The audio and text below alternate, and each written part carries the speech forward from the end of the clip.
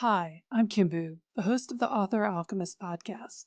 I bring my years of experience as a fan fiction writer, a professionally published author, and a productivity coach to the problem we all love to hate, the act of writing. I also talk a lot about self publishing, marketing, and my own challenges and journey as an author. Maybe you can relate?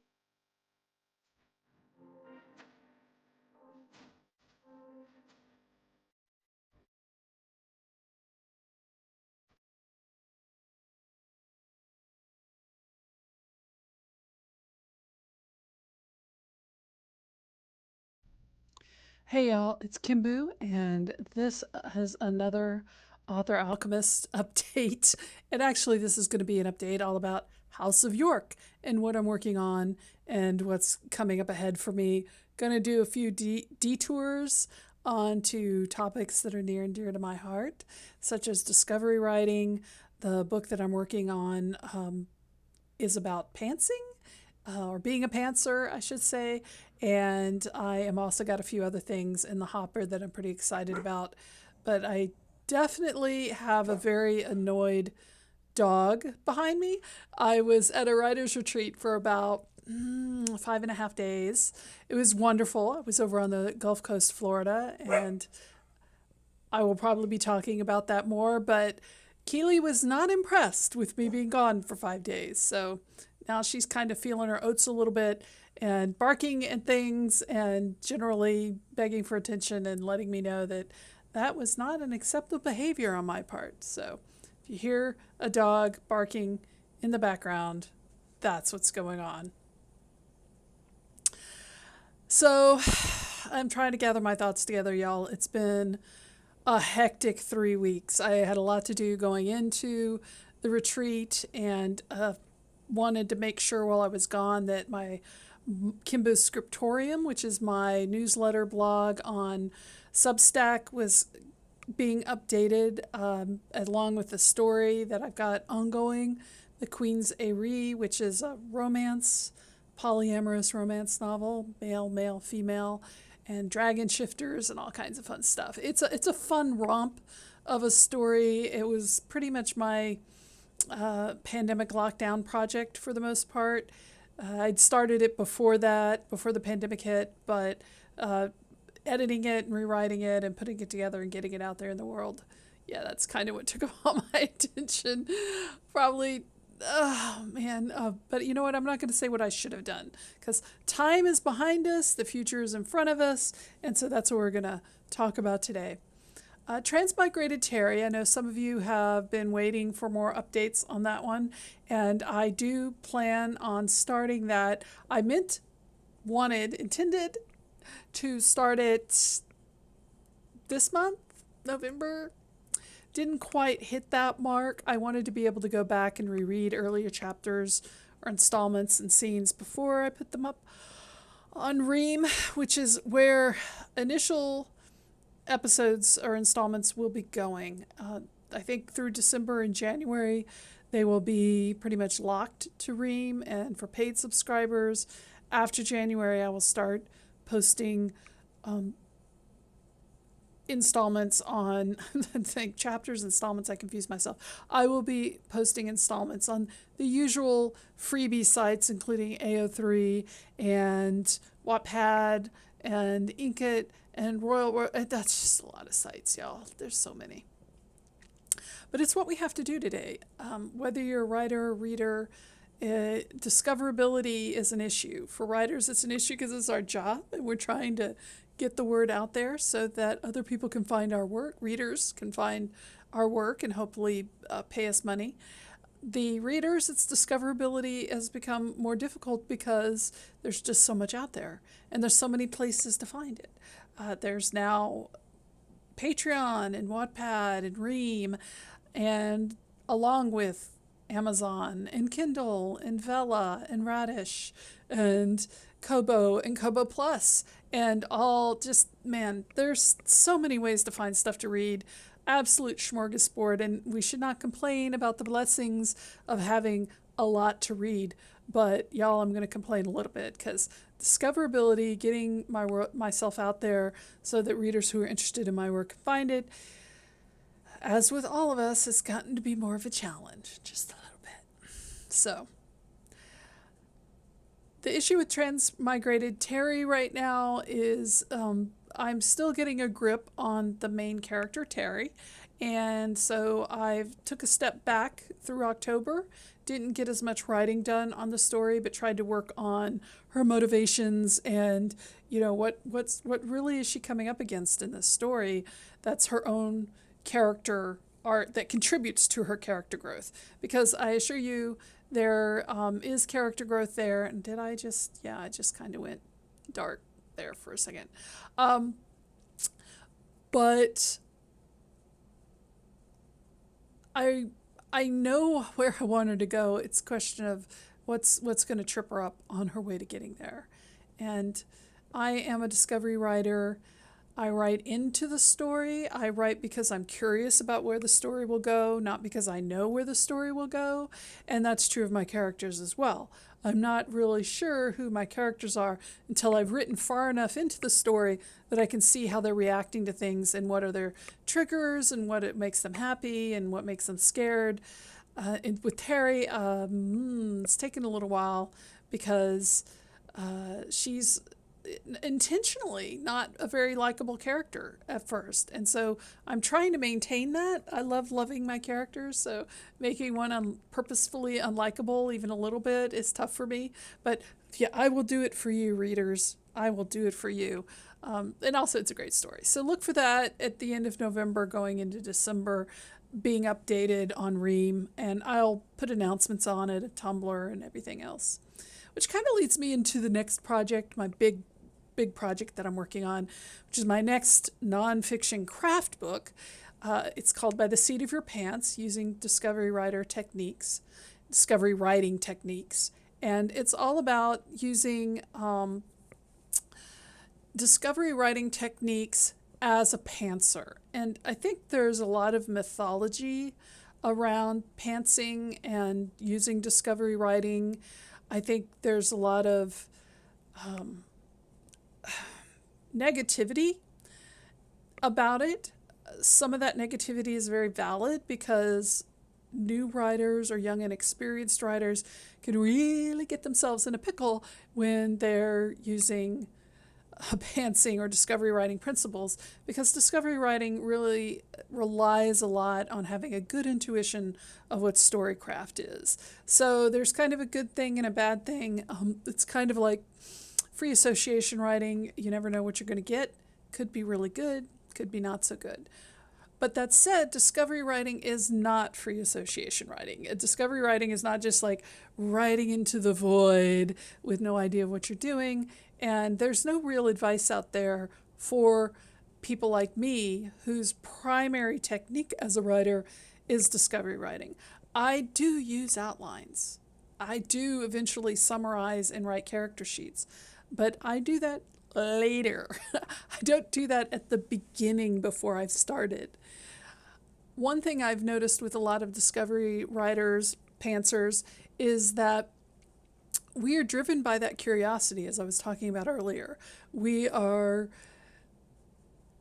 whole point of writing for us is to engage with that curiosity and to find out who our characters are and where they're going.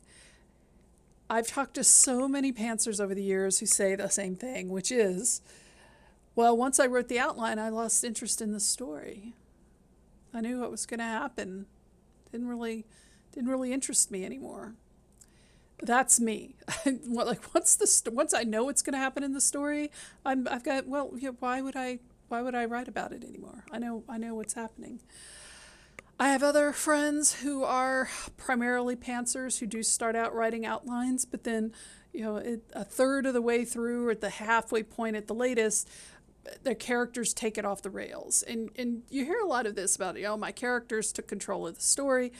And then you hear people say, well, they're just not good writers because they were good writers and they'd be in control of the story and their characters. Who talks like that about the characters? And I'm sorry, it's just, how different brains work. Just because it's not how your brain works doesn't make it wrong. So a lot of times when pantsers talk about these things that happen to them, they get put down. They get told they're doing it wrong. You're not doing it wrong. Not even a little bit. You're doing a great job.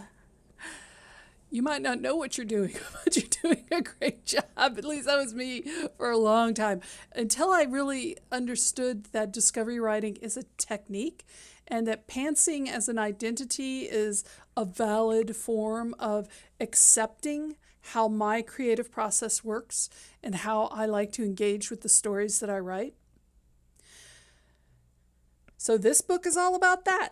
It's going to have exercises in it. It's going to have some explanations in it. It's going to talk about why pantsing sometimes doesn't work and why pantsing oftentimes works, but in ways we weren't expecting. Why it's not something to be scared of and why it's not something to go around talking down about. But it's going to make it very clear that discovery writing is just one technique among many. As I said, I eventually do use outlines. Outlining as a technique for story mastery is important. You've got to know what's happening. You've got to know the beats that you're hitting. You've got to understand the structure. It's just that some of us come into this later in the process rather than at the beginning. We have to. That's how our brains work. There's one thing I really want to stress for writers, and it's a lesson that took me so long to internalize and accept, is that just because I don't do it the way other people tell me to do it doesn't mean I'm doing it wrong. One thing about the creative process is that it is very individualized. Now, craft is very structured. Like, we know what good grammar is. We know what good sentence structure is. We know beats and... I keep hitting that. Sorry about that. My screen goes dark and I hate it and I keep forgetting about that. But we know, for people who are listening on the podcast, the screen goes dark because my monitors go on energy saving and then suddenly the video is cast into darkness. But back to the point. It's that outlining is a technique and I use it when I've understand who my characters are and where my story is going. At that point, it's very useful for me to be able to sit down and map out the structure of the story. Especially with long-running serials, it's important for discovery writers, pantsers, whatever you want to call yourself, to think about at what point do I go in and look at the structure.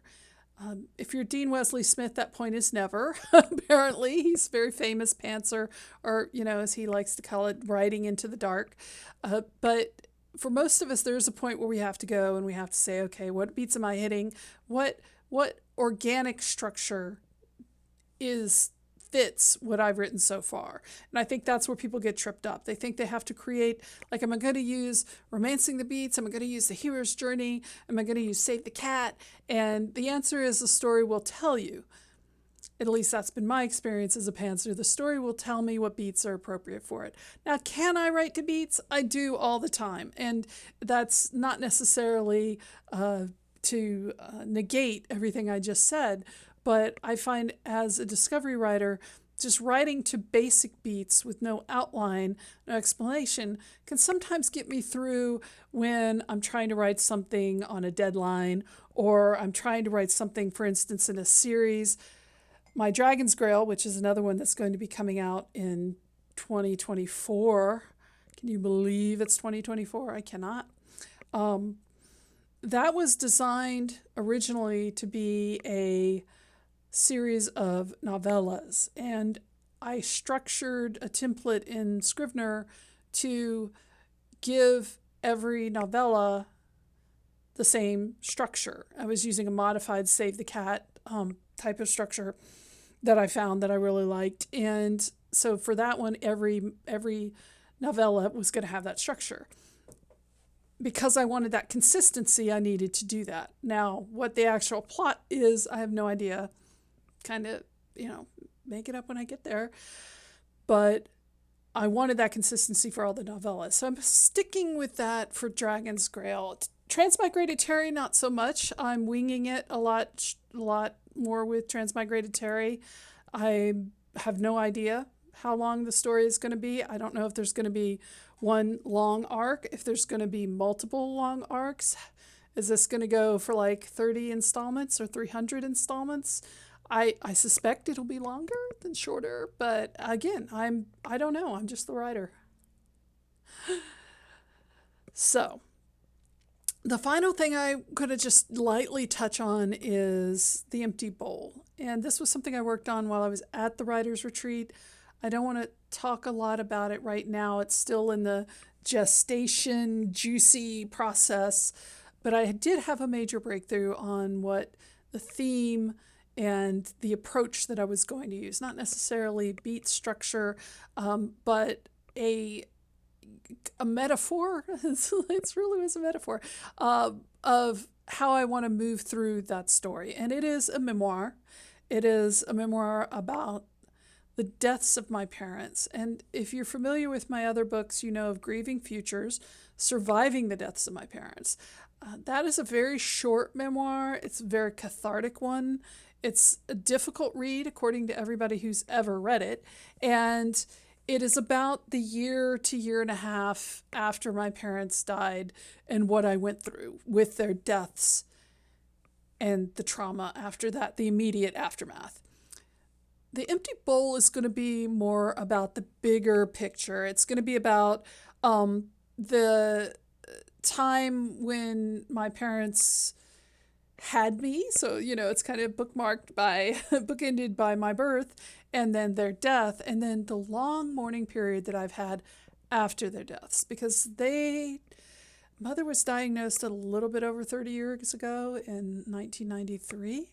And she died I guess she was diagnosed in late 1992, because she died in late 1994. My father died in early 1996. There was barely a year and a half difference between those two times, and I was unprepared for it. And the following 10 years were really rough for me. And it's taken me a long time to get to the point of really understanding what happened to my parents, what we were going through when they died, and the 30 years since, 25 to 30 years since, when I've had to deal with that trauma on top of the trauma of being raised by them, which was its own trauma. My parents were delightful people, brilliant and witty. My father was handsome and my mother was pretty, and they were both smart. Oh my gosh, they were so smart. They were so smart.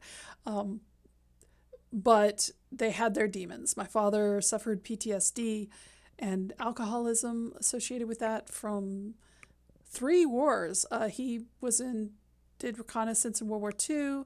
He did reconnaissance spying in Korea during the Korea conflict, and then he did search and rescue during Southeast Asian conflict, or what my father called Vietnam. And so, yeah, he had a lot there. And then, of course, my mother had mental illnesses. She had bipolar disorder. I think she eventually manifested into narcissism. I don't think she was born a narcissist, but I think she became one. Shopaholic. A lot is going on there. I'm going to touch on some of that. It's not going to be a memoir about the abuse I suffered, but it is going to be a memoir about what it's like to remember and mourn very broken people, and how I myself had to deal with being broken, and how I put myself back together again. So that's what's going on with me right now. House of York, which people are like, well, why didn't you just call your business Kimby York? And I'm like, well, House of York is me and my parents, my family. The dogs we had, the cats we had, the house we had, the family we had. That was House of York. I've always wanted to give a nod back to the roots where I came from. And my parents were both magnificent storytellers. I can't even compare to them as an oral storyteller. They were both just fantastic. And they both loved literature, and I got everything I have from them. So that's House of York in a nutshell. My next podcast episode, I'm going to focusing a little bit more on craft. If you want to hear me talk about that, I'm not an editor. I'm not a someone who focuses a lot of time and energy on craft purposefully. I do like talking about it, and but a couple of things have come up during the writers retreat with a couple of my writing accountability and productivity clients who are all authors and fighting their own demons as they try to write. And the it's not just about mindset sometimes, it's about what it means to be a writer and how we approach our craft as artists. So I'm looking forward to talking about that in the next episode. So thank you for following along, and I really appreciate everyone who listens to the podcast or tunes in on YouTube. And thank you so much. Keely thanks you too. I think she finally went to sleep. So shh.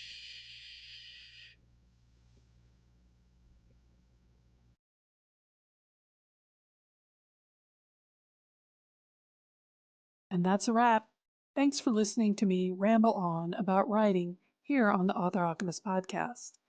I'm Kimber York, and I hope this episode has helped clear away the cobwebs from your inspiration.